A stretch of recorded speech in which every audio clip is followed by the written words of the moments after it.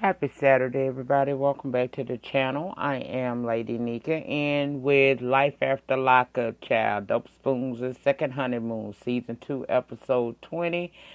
Child, let me see who we gonna start off with first. Let's see. Let's go ahead on and start with Marcelino and Brittany, because they opened up this episode anyway. It's the day after Sasha has been sentenced to a minimum of 10 years, and Brittany has been thinking, and she thinks that she wants to have her daughter Zola godmother be Sasha. Now, of course, Marcelino is not feeling it because he said she won't be there for at least 10 years. Now, she got a possible great redemption story, but at the end of the day, he's concerned about how would that look, how would that be, Plus, he's thinking about,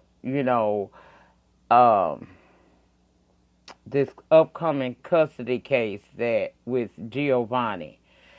He mentioned her past as well, and Brittany said, "Well, if you're gonna go by past, my past is just as bad as hers. Some would even say worse because Sasha never ran the streets and she never used drugs. And just like her story, Zola will learn how you can, overcome life's most difficult hurdles." He against the idea, but Brittany is for it and adamant that Sasha will be Zola's godmother, and perhaps that'll give her just a little hope as she goes to do her time. Now later on, we see Marcelino at the park with the kids and his mother Victoria, and he's telling her about Brittany wanting Sasha to be Zola's grandmother. And she agreed with Marcelino. She said she can't be a real grandmother if she's incarcerated. And what if something was to happen to either of you? Sasha couldn't be of any assistance in any way. Then they talk about Giovanni and the fact that he won't full custody. He feels he needs to go talk to him because he's doing the work and don't want to chance Tito coming and taking that child away at any time he pleases. Plus, he's bonded with this child. Now, Marcelino being overprotective of one's family, I can get it. But do let Brittany handle Tito. She knows him. You do not. Now, in his mind, as he is not listening to what his wife has asked of him, he's replaying what the lawyer said about, Tito throwing everything that she's ever done bad to end, up, and if she's hanging around any of her friends from jail, that could jeopardize the situation. He's also thinking about the fact, I'm doing all the work, and I need to have something on paper saying that I have some sort of, say in this situation, which he really don't, but he do in a way, okay? He decides that he gonna go talk to him man to man because he don't want to continue to live with the uncertainty of him one day coming to take Giovanni away. So he done broke his promise to Brittany, and he's headed over there to see Tito, which we all know gonna be a big mistake simply by the previews of next week. Now let's talk a little bit about Lizzie and Scott. Now they at the beach together. She enjoying the time together. Scott, who just got reacquainted with this woman, is doing the most yet again. He pulls out a ring he said he bought months ago. She not feeling it because she wants him to slow it down. Let's get to really know one another. We don't have to put labels on one another. You ain't got to be trying to marry me. You ain't trying to put you can't put, like, I got what she's saying. I don't want your ring because if I take your ring, you're going to feel like you have some type of ownership over me, and that's not what I'm looking for. I'm looking to get to know you and let it develop, and if we get there, we get there. He said, why? Are you ashamed of me? Well, apparently she ain't, because she on this doggone TV show that's being seen by hundreds, if not millions, of people around the world. Child, are you crazy? She tell him she ain't ashamed of him. He get in his feelings and go and throw the ring out in the ocean. Now, he say he spent 4 or 5K on that ring. Are you serious? She went out there to find it, and eventually she did find it. She told him, all I want you to do is just slow down. it ain't that deep.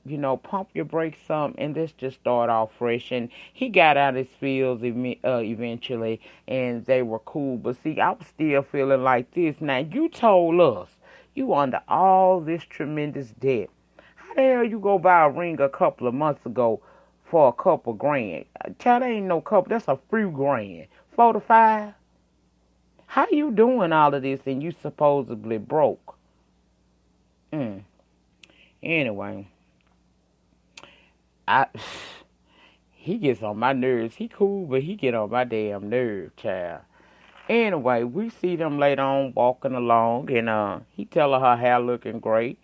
And child, I screamed when he asked her where you get it from. Child, she looked like, hold up now. She told him, you don't ask a black girl that. He said, oh, you black? And I could see why she liked that dude. Because, child, a man can look like a baboon's ass. If he can make you laugh for a couple of minutes, you be in with it. You do. Anyway, I like his sense of humor. Then they get back to the house, and she looking in the drawers, his kitchen drawers, and happened to run across a spoon that was burnt. And that to her is reminiscence of her drug time. So she is immediately concerned.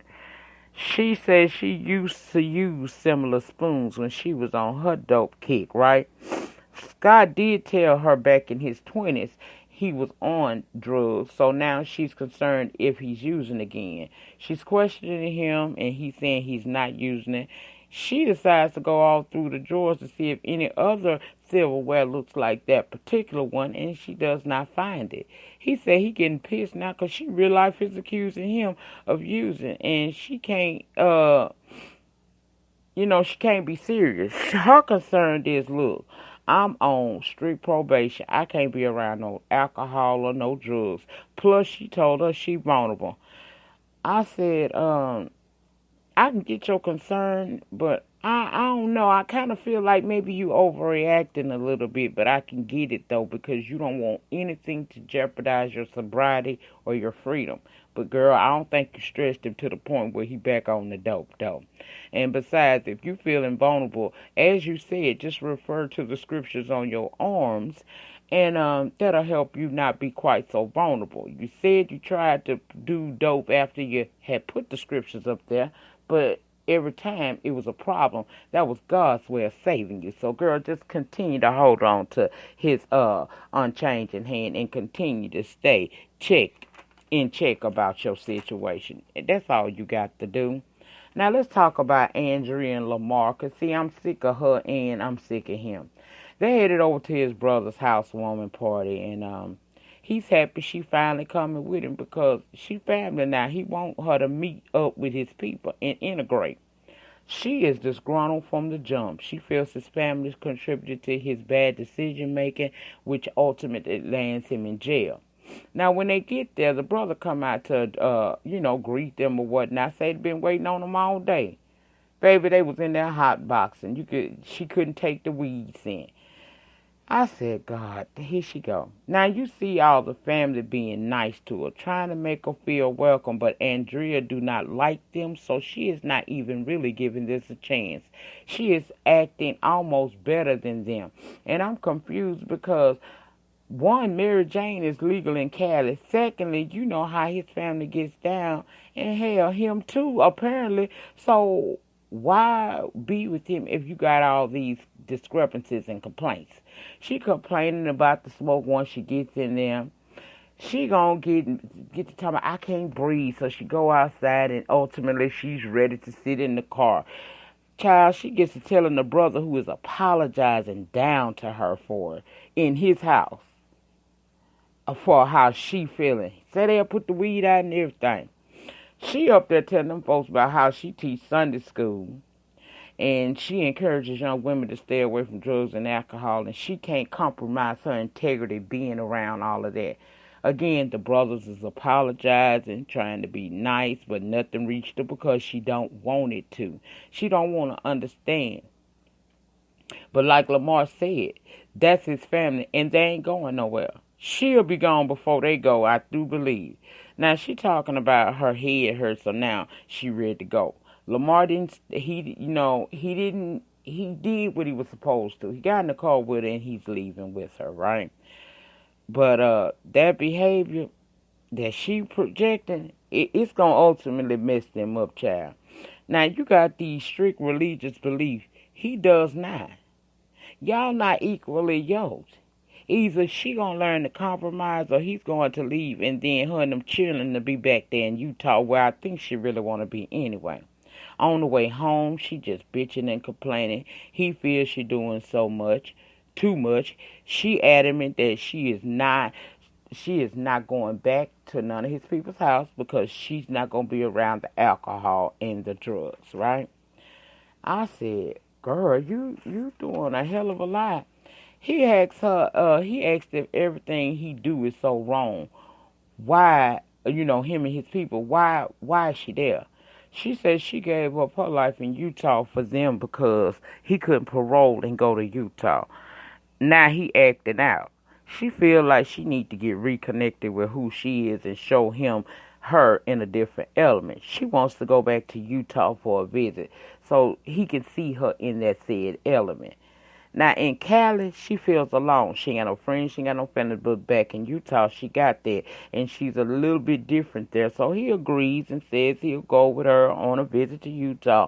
But he made it perfectly clear that if he'll go visit, but if she get to talking about trying to have him stay there, then that's when their marriage was definitely be compromised.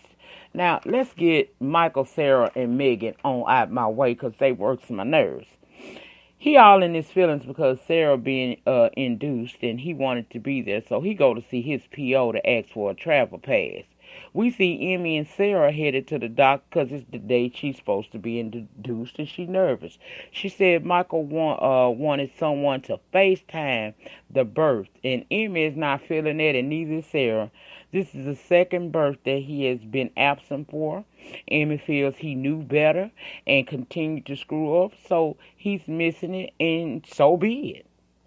Now, Michael, of course, was denied the travel pass, and he pissed off to the point he don't want the cameras in his face.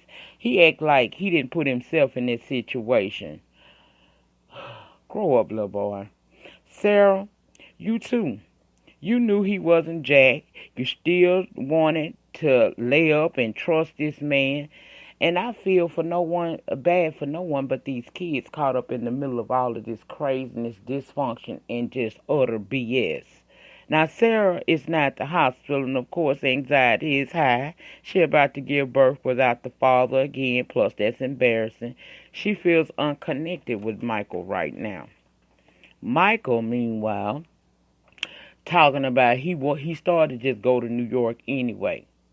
But he keep thinking about his daughter, Aviana, and how she said she needed him.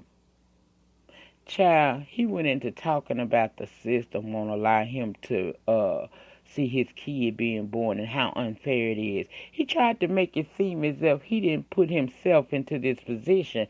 And I said, see, yet another sign of being an F-boy, because you can't take accountability at all. Everything that is going on in your life has happened because of you and the decisions you choose to make. If you don't make wise decisions, positive things are not going to happen for you, boo-boo kitty. Baby, when you act the clown comes back to bite sometime. In the word of Monique, something like that. Anyway, Sarah done gave birth to this beautiful little girl full of hair by the name of Rain, a name Michael came up with, and she just loved it. She calls to congratulate him and show him his beautiful daughter. He happy to see her and whatnot. He thanks Sarah for giving birth and says he will see her soon. He feeling some kind of way because he wasn't there, but says he gonna make that up to her. Now, Megan at home ain't talked to Michael since she got booted out of Michigan, and she wonders if he's still upset. Ain't heard from him. She said her boyfriend's wife is having a second child, and that feels weird. Again, she ain't heard from this man, but then he takes her to pick up the baby. Child, are you dumb? If it was no other time in this entire relationship, this dysfunctionship that y'all have with one another, that you should have waken up and smelled the coffee, as the old people say. was that moment when that man sent you a text message of his newborn baby. Then call you, and y'all sitting there discussing how the baby looked and her beauty and everything. And then you gonna ask him if he gonna decide to go and fix his family, and he tells you that his only concern is being a father. He and Sarah, no. They hang up and she talking about she's concerned will will the new baby reel him back to Sarah, or will he stay true to his word? Girl, has he kept any of his promises other than breaking your chair? What has he done for you? Nothing. Girl, you need to grow up. You are really, really, really, really slow when it comes to this man, and I don't understand it. I don't know what's wrong with you, because it seemed like your parents is pretty decent, and I just don't get why you acting such a big damn fool. I don't get it. Now, lastly, let's talk Tracy and Clint, the crackheads. Anyway, Clint all in this feeling. Now, he said he don't like flying, but see, Clint got a secret, too. He been talking to another girl, and Tracy is clueless, and he feeling guilty, y'all. We see her trying to be all loving, and he all edgy, claiming Vegas remind him of their wedding night when she ran off. She apologizes and still tries to uplift his spirits. She excited to be in Vegas. She want to enjoy. He's still a grouch. Child, you know they always got them Elvis impersonators around, and she saw one, and you know they took some pictures in front of the Las Vegas sign, and when they got ready to leave, old boy said, I love you, baby, in that old Elvis voice thing, right? Clint's so guilty, he gonna tell her, well, he loves you. There you go get him. Tracy's still trying not to engage in an argument and be positive. They get to the hotel, and she's still optimistic. Now, they doing all these little cute little selfies together, and baby, she got that phone in her hand doing them selfies with him. And baby, a text come from a woman named Stephanie. Tracy want to know what's up. She got questions. Then she read some of the messages. The girl saying that she still got feelings for Clint and she can be his new goddess. Tracy want to know, who is this bitch? And why is you sexting her? Clint got caught up in his feelings, baby. All you could do is see him grabbing his head. And he grabbed that phone, too. And she just, he flustered as hell. He flustered personified, and she won't quit. She want her answers. Child, they get into the elevator. The camera said, hell to the no. We is not getting in there because, baby, this might turn left. These two crackheads ain't no telling how they going to act out with one another. But you can still hear them because they mic'd up. So we hear Tracy wanting to know, how can Clint do this to her? Texting some girl. He's saying he going to delete it. She takes his phone, runs in the room, locks it, and says she going to go through the messages. Child, he is kicking and beating and destroying that hotel property. And y'all, guess what? Them people wasn't even there a good 2-3 hours, and already down to the hotel acting a complete damn fool for no reason whatsoever. But let me make sure I got everybody, child. I don't want to leave none of the couples out. We talked Brittany and Marcelino. We talked Trent and Tracy. We talked Lizzie and Scott. And we talked Andrea and Lamar. That would be it. That would be all. If I left anything out that you guys feel pertinent, please feel free to drop it down in the penny section, because the conversations always persist down in the penny sections, okay? And I would like to say welcome to all of my new subscribers. Thank y'all for coming on board. I am not always in podcast form, as you know. I've been on camera a lot this week, but I hope you enjoy the ambiance, and I can give you the entertainment and maybe a couple of jewels or some inspiration from time to time that you can use in your life every day. Thank you for coming. Again, as in closing, as always, I tell you guys, the depth of your struggle will determine the height of your success. In the meantime, in between time, please remember to rate the videos. Ratings put me in them algorithms a little bit more. Comment down below in the penny section if I left something out, or it's something you want to say about this episode of Life After Lockup. Drop it below, and I will comment back to you. Subscribe to my channel if you have not already for the free 99. Also, tap your notification bell button if you are listening to this via YouTube. Tap the notification so that each and every time I drop a pre-recorded video or go live from this channel, you will be notified and you can come over and join in the conversation. You guys have a great remainder to your Saturday. Shit Talking Saturday is up next. For those of you who were talking to me about ambitions, it is so far out. What I have decided to do, because I'm not going to drop the series because there are people who seemingly like it, even though the view count is rather low. I don't always do every video just for a coin, so I'm going to keep on reviewing ambitions to the end of the season. And it'll be just for you guys, you know. Hopefully my view count will get better, but if it does not, it's fine. I just like sometimes giving back to my loved things, and not everything is by the coin, you know what I mean? So I will continue to do the reviews, and this coming Tuesday when the episode airs, I will do a combined review of this week and the week coming up. I will do it in one big video, and I'm possibly going to be on camera with it. So I will give you ambitions. You just will get it on Tuesday night. It will be this week's episode and that episode that premieres that night, which will be this coming Tuesday. I will do ambitions, okay? So I'm not going to get rid of it for you guys. I will continue to do it for those of you who are asking me to continue. That means a lot, child. That's how I started with the have and have-nots, to be honest with you. I first started doing the have and have-nots. My view count was very pathetic. And as I continued to do it, because I enjoyed the conversation and the interaction with the people that would watch the reviews, my review count went up tremendously. And that is the case with most of my reviews. If I stay on it, I usually build my audience back up. And I am moving more back into my TV show reviews and my movie reviews. So I hope you guys will join me on the journey and stick with your girl.